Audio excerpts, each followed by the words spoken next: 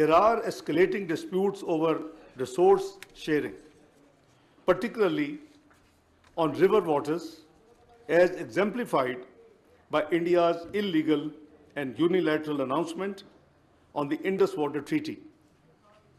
The phenomena of over-securitization continues to grow, entailing weaponization of trade, water, sports, and cultural exchanges.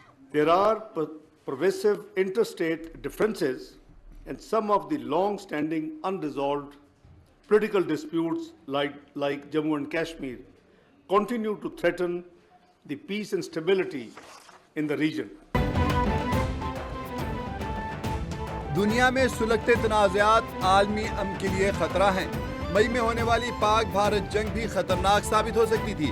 نائب وزیر اعظم اسحاق ڈار کا تقریب سے خطاب، کہا بھارت نے یک طرفہ طور پر سنتاس معاہدہ معطل کرنے کا اعلان کیا۔ مسئلہ کشمیر حل نہ ہونے سے خطے کے امن کو خطرہ ہے۔ جنوبی ایشیا کا سیکیورٹی منظرنامہ بہت پیچیدہ ہے۔ موسمیاتی تبدیلی اس وقت بڑا چیلنج ہے۔ جنوبی ایشیا سب سے زیادہ آبادی والا خطہ ہے۔ The government of Pakistan, the people of Pakistan have also dispatched 200 tons of cargo assistance of humanitarian needs for the people of Sri Lanka yesterday.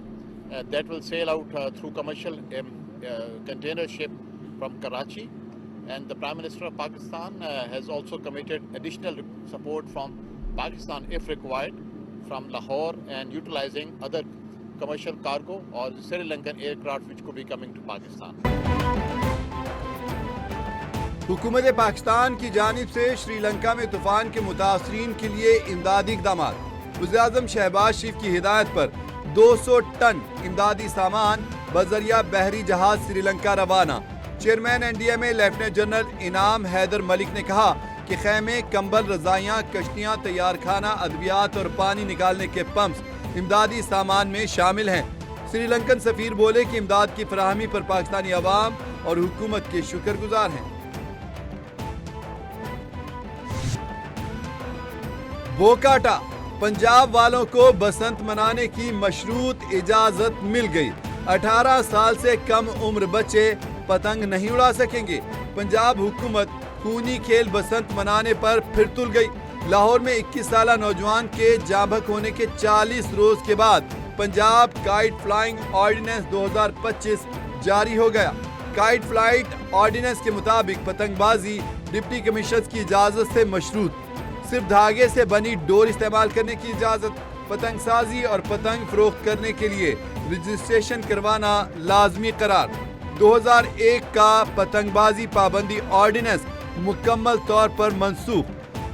نئے آرڈیننس میں پولیس کو بے پناہ اختیارات دے دیے گئے۔ سب انسپیکٹر رینک کا افسر بغیر وارنٹ گرفتاری کر سکے گا۔ وزارت پنجاب اعزازیہ کارڈ برائے امام مسجد منظوری۔ فروری 2026 تک اعزازیہ کارڈ کے اجراء کی ڈیڈ لائن بھی مقرر کر دی۔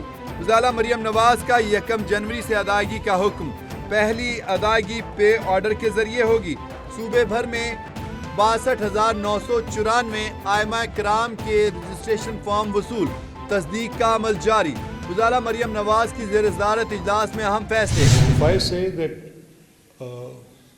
good results have been achieved, that things have been done on governmental level, federal government has put the course correct, the indicators for economy are suggesting that we are on the right path, the corrective measures have been taken, fiscal disciplines are being imposed, GDPs are being projected now to achieve a certain number in which we can say it is a growing economy.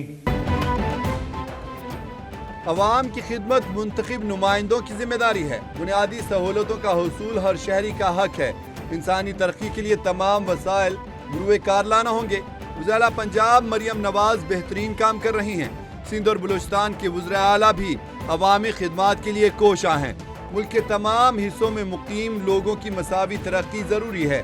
Speaker Punjab assembly Malik Ahmad Khan کا parliamentarian conference سے خطاب۔